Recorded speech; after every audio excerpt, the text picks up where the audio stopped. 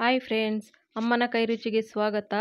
ಶ್ರೀರಾಮನವಮಿ ಪ್ರಯುಕ್ತ ಮನೆಯಲ್ಲೇ ಕೋಸಂಬರಿ, ಮಜ್ಜಿಗೆ, ಪಾನಕ ಹೇಗೆ ಮಾಡೋದು ಅಂತ ನೋಡೋಣ. ದೇವರ ನೈವೇದ್ಯಕ್ಕೆ ನೋಡಿ, ಈಗ ಹೇಗೆ ಮಾಡೋದು ಅಂತ ನೋಡೋಣ. ನೋಡಿ, ಒಂದು ಬೌಲಲ್ಲಿ ಬೆಲ್ಲ ಸ್ವಲ್ಪ ಪುಡಿ ಮಾಡ್ಕೊಂಡಿರೋವಂಥದ್ದು ಬೇಗ ಕರಗುತ್ತೆ. ಈಗ ಅದಕ್ಕೆ ನೀರು ಹಾಕಿ ಸ್ವಲ್ಪ ನೆನೆಯೋಕ್ಕೆ ಬಿಡಬೇಕು. ಬೆಲ್ಲ ಕರಗಬೇಕು. ಅಷ್ಟರಲ್ಲಿ ನೋಡಿ, ಇಲ್ಲಿ ಕರ್ಬೂಜ ಹಣ್ಣು ಈ ಥರ ಕಟ್ ಮಾಡಿಕೊಂಡು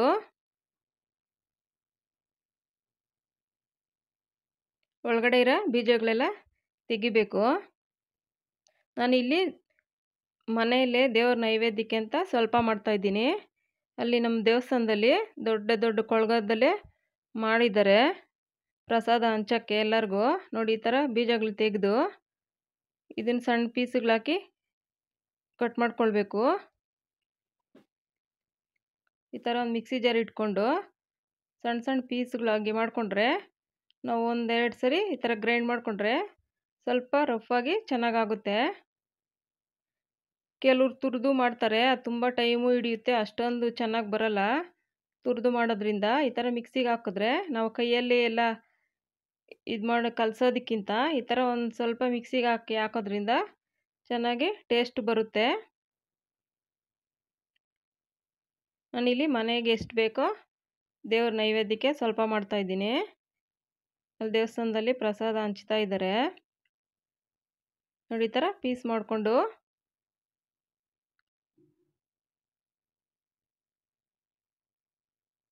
ತುಂಬಾ ಟೇಸ್ಟಿನೂ ಇರುತ್ತೆ.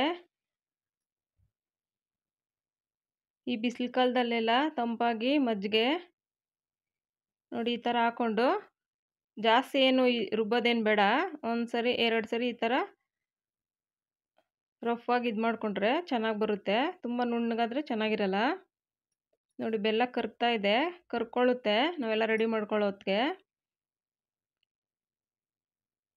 ಈ ಥರ ಕೈ ಆಡಿಸಿ ಒಂದೆರಡು ಸರಿ ಬಿಟ್ಟರೆ ಅದೇ ಕರ್ಕೊಳ್ಳುತ್ತೆ. ನೋಡಿ, ಈಗ ಮಿಕ್ಸಿಗೆ ಹಾಕಿರೋಂಥ ಕರ್ಬೂಜ ಹಣ್ಣದು ಪ್ಯೂರಿನ ಇದಕ್ಕೆ ಸೇರಿಸ್ಕೊಳ್ಬೇಕು. ಸ್ವಲ್ಪ ಮಿಕ್ಸಿ ಜಾರ್ಗೆ ನೀರು ಹಾಕ್ಕೊಂಡು ನೋಡಿ ಈ ಥರ ಹಾಕ್ಕೊಳ್ಬೇಕು. ನಾನಿಲ್ಲಿ 2 ನಿಂಬೆಹಣ್ಣು ತೊಗೊಂಡಿದ್ದೀನಿ. ನೋಡಿ, ಬೀಜ ಎಲ್ಲ ತೆಗೆದು ನಿಂಬೆಹಣ್ಣು ತಂಪು ಬೇಸಿಗೆಗೆ ಬೆಲ್ಲ ಹೀಟಾಗಿರೋದ್ರಿಂದ ನಿಂಬೆಹಣ್ಣು ಸ್ವಲ್ಪ ಹಾಕಿದ್ರೆ ತುಂಬಾ ಚೆನ್ನಾಗಿರುತ್ತೆ. ನಾನಿಲ್ಲಿ 1.5 ನಿಂಬೆಹಣ್ಣು ಹಾಕಿದ್ದೀನಿ, 2 ಹಾಕಲಿಲ್ಲ. ಸ್ವಲ್ಪ ಹುಳಿ ಆಗ್ಬೋದೇನೋ ಅಂತ ನೋಡಿಕೊಂಡು ಆಮೇಲೆ ಹಾಕ್ಕೊಳ್ತೀನಿ. ನೋಡಿ, ಏಲಕ್ಕಿ ಪೌಡ್ರು, ಅದು ಅರೋಮಾ ಚೆನ್ನಾಗಿರುತ್ತೆ ಹಾಕೋದ್ರಿಂದ. ನೋಡಿ, ಈ ಥರ ಮಿಕ್ಸ್ ಮಾಡಿದ್ರೆ ಬೆಲ್ಲನೂ ಕರಗ್ತಾ ಬಂದಿದೆ. ನೋಡಿ, ರೆಡಿ ಆಗಿತ್ತು. ನೋಡಿ, ಇಷ್ಟಿದ್ರೆ ಸಾಕು. ಸ್ವೀಟ್ ಇದ್ದರೆ ನೋಡಿ ನೀರು ಹಾಕ್ಕೊಳ್ಬೋದು, ಇಲ್ಲಾಂದರೆ ಇದು ಕರೆಕ್ಟಾಗಿದೆ. ಕೆಲವರು ಸ್ವೀಟ್ ಜಾಸ್ತಿ ಇಷ್ಟಪಡಲ್ಲ, ಸ್ವಲ್ಪ ಸ್ವೀಟ್ ಕಡಿಮೆ ಮಾಡ್ಕೊಬೇಕು ಅಂದರೆ ನೀರು ಹಾಕ್ಕೊಂಡ್ರೆ ಸರೋಗುತ್ತೆ. ನೋಡಿ, ಈಗ ರೆಡಿ ಆಯಿತು. ಈಗ ಕೋಸಂಬರಿ ಹೇಗೆ ಮಾಡೋದು ಅಂತ ನೋಡೋಣ. ನೋಡಿ, ಒಂದು ಸೌತೆಕಾಯಿ ತೊಗೊಂಡು ಆ ಸೈಡ್ ಈ ಸೈಡ್ ಕಟ್ ಮಾಡಿ ನೋಡಿ, ಈ ಥರ ಮಾಡೋದ್ರಿಂದ ಕಹಿ ಅಂಶ ಎಲ್ಲ ಬಂದ್ಬಿಡುತ್ತೆ. ಇಲ್ಲಾಂದರೆ ಸೌತೆಕಾಯಿ ತಿಂದಾಗ ಸ್ವಲ್ಪ ಕಹಿ ಥರ ಅನಿಸುತ್ತೆ. ಕೊನೆಯಲ್ಲಿ ಆ ಥರ ಮಾಡಬೇಕು. ನೋಡಿ, ಈ ಥರ ಸಿಪ್ಪೆ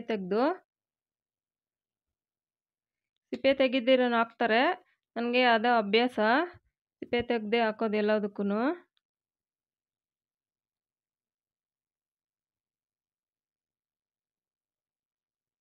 ನೋಡಿ, ಈ ಥರ ಎಲ್ಲ ಹೊಟ್ಟೆಲ್ಲ ಮೇಲೆ ತೆಗೆದು ಈ ಥರ ಕೊಚ್ಕೊಳ್ಬೇಕು. ಸಣ್ಣ ಸಣ್ಣದಾಗಿ ಈ ಥರ ಮಾಡಿದ್ರೆ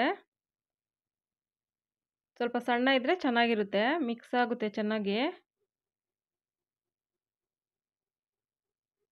ಈ ಕೋಸಂಬರಿ ಅಂತೂ ಈ ಬೇಸಿಗೆನಲ್ಲಿ ಬಿಸಿಲಿಗೆಲ್ಲ ತುಂಬಾ ತಂಪು, ಹೆಲ್ತ್ಗೆಲ್ಲ. ನೋಡಿ, ಈ ಥರ ಸಣ್ಣದಾಗಿ ಕಟ್ ಮಾಡಿಕೊಂಡು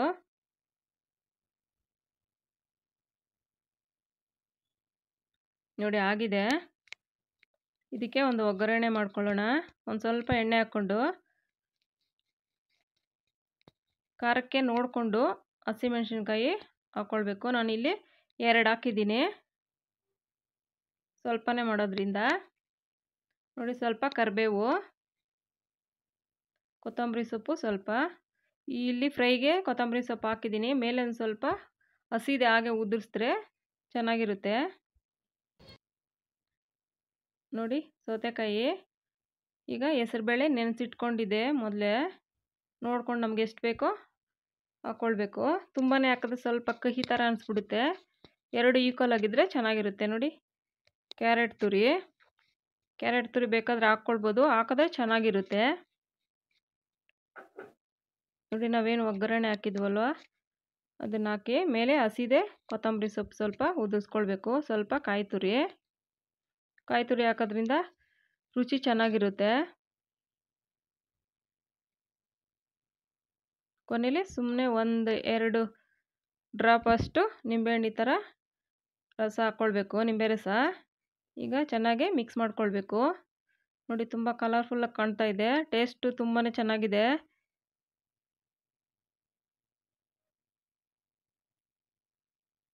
ನೋಡಿ, ಈಗ ಕೋಸಂಬರಿ ರೆಡಿ ಆಯಿತು. ಇಲ್ಲಿ ನಾನು ಮಜ್ಜಿಗೆಗೆ ಒಗ್ಗರಣೆ ಮಾಡ್ತಾಯಿದ್ದೀನಿ. ನೋಡಿ, ಒಂದು ಬಾಣಲೆ ಇಟ್ಕೊಂಡು ಒಂದು ಸ್ವಲ್ಪ ಎಣ್ಣೆ ಹಾಕಿದ್ರೆ ಸಾಕು. ಮಜ್ಜಿಗೆ ಒಗ್ಗರಣೆಗೆ ಏನು ಜಾಸ್ತಿ ಬೇಕಾಗಲ್ಲ.